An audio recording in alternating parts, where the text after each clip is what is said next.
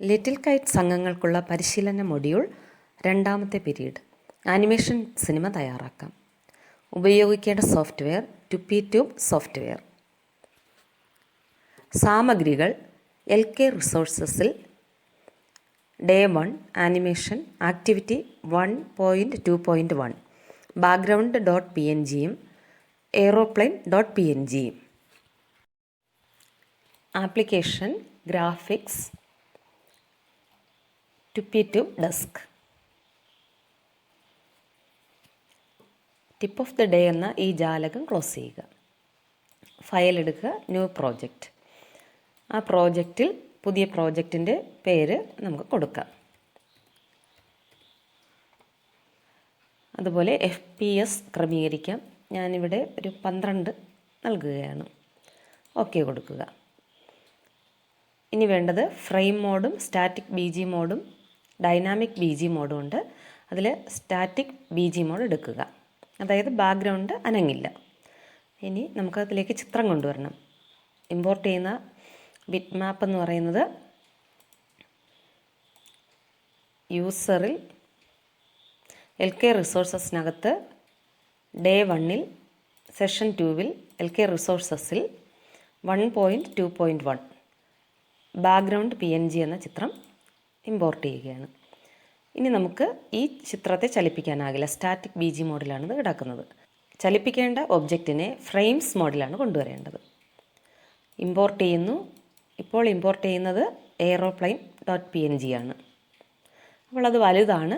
Work സ്പേസിനനുസരിച്ച് അതിനെ ക്രമീകരിക്കണം. Selection tool എടുക്കുന്നു. അതിനുശേഷം ഈ എയ്റോപ്ലെയിനിൻ്റെ വലിപ്പം ക്രമീകരിക്കുന്നു. ഇനി ഈ ഒരു എയ്റോപ്ലെയിൻ ഇപ്പോൾ നിൽക്കുന്നത് ഒന്നാമത്തെ ഫ്രെയിമിലാണ്. രണ്ടാമത്തെ ഫ്രെയിമിൽ ഈ എയ്റോപ്ലെയിൻ കുറച്ച് മുന്നോട്ട് നീങ്ങണം. അങ്ങനെ നീങ്ങി ഈ എയ്റോപ്ലെയിൻ ഇവിടെ വരണം. അതായത് ഈ ചിത്രം തന്നെ പലതവണ ഇങ്ങനെ ആവർത്തിച്ചാണ് നമുക്ക് ചലനത്തിൻ്റെ ഒരു പ്രതീതി ലഭിക്കുന്നത്. ഇതിനു വേണ്ടി ഒന്നാമത്തെ ഫ്രെയിമിൽ നിന്നും ആ ഫ്രെയിമിനെ കോപ്പി ചെയ്യണം. എന്നിട്ട് രണ്ടാമത്തെ ഫ്രെയിമിലേക്ക് പേസ്റ്റ് ചെയ്യുന്നു. ഇനി നമുക്ക് ചെയ്യേണ്ടത് ഈ ഒരു വിമാനത്തെ കുറച്ചൊന്ന് നീക്കി വയ്ക്കുക. വീണ്ടും രണ്ടാമത്തെ ഫ്രെയിമിനെ കോപ്പി ചെയ്ത് മൂന്നാമത്തെ ഫ്രെയിമിലേക്ക് പേസ്റ്റ് ചെയ്യുക. എന്നിട്ട് ഈ പ്ലെയിനിനെ കുറച്ചുകൂടെ ഒന്ന് മുന്നിലേക്ക് നീക്കി വയ്ക്കുക. ഇത് ആവർത്തിക്കുക. ഇപ്പോൾ ഒരു 17 ഫ്രെയിം വരെ ഞാനിത് എക്സ്റ്റെൻഡ് ചെയ്തിരിക്കുകയാണ്. ഇനി ഒന്നാമത്തെ ഫ്രെയിമിലേക്ക് പോവുക. ഒന്നാമത്തെ ഫ്രെയിമിൽ പോയതിന് ശേഷം നമുക്കിതിൻ്റെ ആനിമേഷൻ ഒന്ന് നോക്കാം. പ്ലെയറിലാണ് പോകേണ്ടത്. പ്ലെയറിൽ നമുക്കിതിനെ ഒന്ന് 6 എന്ന് മാറ്റാം. ഇനി നമുക്കൊന്ന് പ്ലേ ചെയ്ത് നോക്കാം. വിമാനം പറന്നു പോകുന്നതായിട്ടുള്ളൊരു ആനിമേഷൻ നമുക്ക് ലഭിച്ചു. ചെയ്ത ആക്ടിവിറ്റി നമുക്ക് അൺഡു ചെയ്യാനുള്ള ഓപ്ഷനുണ്ട്. ഞാൻ അൺഡു ചെയ്ത് എല്ലാ ഫ്രെയിമുകളും മാറ്റുകയാണ്. ഇപ്പോൾ ഒന്നാമത്തെ ഫ്രെയിമിലാണ് നിൽക്കുന്നത്. ഇനി ഇത് എളുപ്പത്തിൽ എങ്ങനെ ചെയ്യാം? അതിന് എക്സ്റ്റെൻഡ് ഫ്രെയിം എന്ന ഈ ഓപ്ഷനിൽ ക്ലിക്ക് ചെയ്യുക. ഓരോ തവണ ക്ലിക്ക് ചെയ്യുമ്പോഴും ഓരോ ഫ്രെയിം എക്സ്റ്റെൻഡ് ചെയ്യുന്നത് കാണാം. കോപ്പി പേസ്റ്റ് ചെയ്യേണ്ടതില്ല. ഇനി നമുക്ക് ചെയ്യേണ്ടത് ഒന്നാമത്തെ ഫ്രെയിമിലാണ് ഈ എയ്റോപ്ലെയിൻ ഇരിക്കുന്നത്. ഇതിൻ്റെ രണ്ടാമത്തെ ഫ്രെയിമിൽ ഇതിൻ്റെ പൊസിഷൻ ഒന്ന് മാറ്റി വയ്ക്കണം. മൂന്നാമത്തെ ഫ്രെയിമിൽ ക്ലിക്ക് ചെയ്തതിന് ശേഷം വീണ്ടും ഇതിൻ്റെ പൊസിഷൻ കുറച്ചുകൂടെ മുന്നിലേക്ക് നീക്കുന്നു. നാലാമത്തെ ഫ്രെയിമിൽ ക്ലിക്ക് ചെയ്തതിന് ശേഷം വീണ്ടും പൊസിഷൻ നീക്കുന്നു.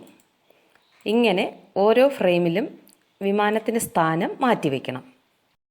ഇങ്ങനെ ഓരോ ഫ്രെയിമും മാറ്റി വെച്ചതിന് ശേഷം അവസാനത്തെ ഫ്രെയിമിലെ വിമാനത്തിൻ്റെ സ്ഥാനം വെളിയിലേക്ക് വെച്ചു. അതിനുശേഷം പ്ലെയറിൽ വന്ന് നമുക്കിത് നോക്കാം. വിമാനം പറന്നു പോകുന്നതായിട്ട് നമുക്ക് കാണാൻ സാധിക്കും. ഇത് ആവർത്തിക്കണമെങ്കിൽ ഇവിടെ ഒരു ലൂപ്പ് എന്ന് പറയുന്ന ഒരു ഓപ്ഷൻ കൊടുത്തു കഴിഞ്ഞാൽ ഇത് ഈ ചലനം ആവർത്തിക്കും. ഇങ്ങനെ ഇപ്പോൾ വിമാനം പറന്നു പോകുന്നത് ആവർത്തിച്ച് കാണാൻ സാധിക്കുന്നുണ്ട്. സോഫ്റ്റ്വെയർ സ്വയം ഫ്രെയിമുകൾ കൂട്ടിച്ചേർത്തുകൊണ്ട് പൂർത്തിയാക്കുന്ന ഒരു സങ്കേതമുണ്ട്. അതിൻ്റെ പേരാണ് ട്യൂനിങ് എന്ന് പറയുന്നത്. ട്യൂനിങ് ചെയ്യുമ്പോൾ ഒബ്ജക്റ്റിൻ്റെ ചലനത്തിലെ പ്രധാനപ്പെട്ട ചില സ്ഥാനങ്ങൾ നമ്മളൊന്ന് കാണിച്ചു കൊടുത്താൽ മതി. അതിനെ കീ ഫ്രെയിമുകളെന്നാണ് പറയുന്നത്. അതെന്താണെന്ന് നമുക്ക് ഇതിലൂടെ ഒന്ന് പരിചയപ്പെടാം. ഇതാണ് ട്യൂനിങ്ങിൻ്റെ ഓപ്ഷൻ. അതിലൊന്ന് ക്ലിക്ക് ചെയ്യുക. അതിൽ നമുക്ക് പൊസിഷൻ ട്യൂൺ ക്ലിക്ക് ചെയ്യണം. ഇവിടെ ഒരു പ്ലസ് ചിഹ്നം വന്നിട്ടുണ്ട്. അതിലൊന്ന് ഡബിൾ ക്ലിക്ക് ചെയ്യുക. ക്രിയേറ്റ് എ ന്യൂ ട്യൂൺ എന്നാണ് അതിൻ്റെ പേര്. ഡബിൾ ക്ലിക്ക് ചെയ്യുക. അപ്പോൾ സെലക്ട് ഒബ്ജക്റ്റ് എന്ന് പറയുന്ന ഒരു ഓപ്ഷൻ ആക്റ്റീവായിട്ട് നിൽക്കുന്നത് കാണാം. അത് നമുക്ക് ഒബ്ജക്റ്റിനെ സെലക്ട് ചെയ്യണം. ഒബ്ജക്റ്റ് എയറോപ്ലെയിൻ ആണ്. സെലക്ട് ചെയ്തു. ഇനി അതിൻ്റെ പാത്ത് സെറ്റ് ചെയ്ത് കൊടുക്കണം. സെറ്റ് പാത്ത് പ്രോപ്പർട്ടീസ് എടുക്കുക. അതിനുശേഷം ഈ ഒബ്ജക്റ്റിൽ ക്ലിക്ക് ചെയ്തുകൊണ്ട് അതിൻ്റെ റൂട്ട് കാണിച്ചു കൊടുക്കുക. എങ്ങോട്ടാണ് അത് പോകേണ്ടത് ഇങ്ങനെ ക്ലിക്ക് ചെയ്താൽ മതി. ഓരോ സ്ഥലത്ത് പോയി ക്ലിക്ക് ചെയ്യുക. ക്ലിക്ക് ചെയ്തതിന് ശേഷം ഇതിനെ സേവ് ചെയ്യണം. താഴെ സേവ് ട്യൂൺ എന്ന് പറയുന്നത് സേവ് ചെയ്യുക. സെറ്റ് ചെയ്തിരിക്കുന്നു. ഓട്ടോമാറ്റിക്കായി ഫ്രെയിം ഇവിടെ ആഡായിരിക്കുന്നത് കാണാം. ഇനി നമുക്കിതിനെ ഒന്ന് പ്ലേ ചെയ്ത് നോക്കാം. പ്ലെയർ എടുത്തു പ്ലേ ചെയ്യുകയാണ്. നേരത്തെ ചെയ്തതിനേക്കാളും എളുപ്പമുള്ള ഒരു ആനിമേഷനാണിത്. ഇതിനു വേണ്ട സാമഗ്രികൾ LK റിസോഴ്സസിൻ്റെ ഡേ 1 ആനിമേഷനിൽ ആക്ടിവിറ്റി 1.2.2ൽ background.pngയും aeroplane.pngയുമാണ്. അടുത്തത് നമുക്ക് ഈ ഫയൽ സേവ് ചെയ്യണം. സേവ് ചെയ്യാനായി ഫയലിൽ പോയി സേവ് പ്രോജക്റ്റ് കൊടുക്കുക. ഇവിടെ നമുക്ക് എയ്റോപ്ലെയിൻ എന്ന് വന്നിട്ടുണ്ട്. സേവ് ചെയ്യുക. ഇനി ഇതിനെ വീഡിയോ ആയി എക്സ്പോർട്ട് ചെയ്യാനായി എക്സ്പോർട്ട് പ്രോജക്റ്റ് കൊടുക്കുക. ഇവിടെ നമുക്ക് ഏത് ഫോർമാറ്റാണ് വീഡിയോ ഫോർമാറ്റാണ് വേണ്ടത്. വീഡിയോ ഫോർമാറ്റ് കൊടുത്തു.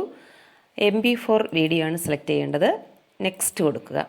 ഇവിടെ നമുക്കൊരു സീൻ മാത്രമേ ഉള്ളൂ. അതുകൊണ്ട് ആ സീൻ സെലക്ട് ചെയ്ത് ഇവിടെ സീൻ വന്നിട്ടുണ്ട്. നമുക്ക് ഒന്നിൽ കൂടുതൽ സീൻ ഉണ്ടെങ്കിൽ ഈ സീനിനെ ഇങ്ങനെ സെലക്ട് ചെയ്തിട്ട് ഇങ്ങോട്ട് കൊടുക്കുക.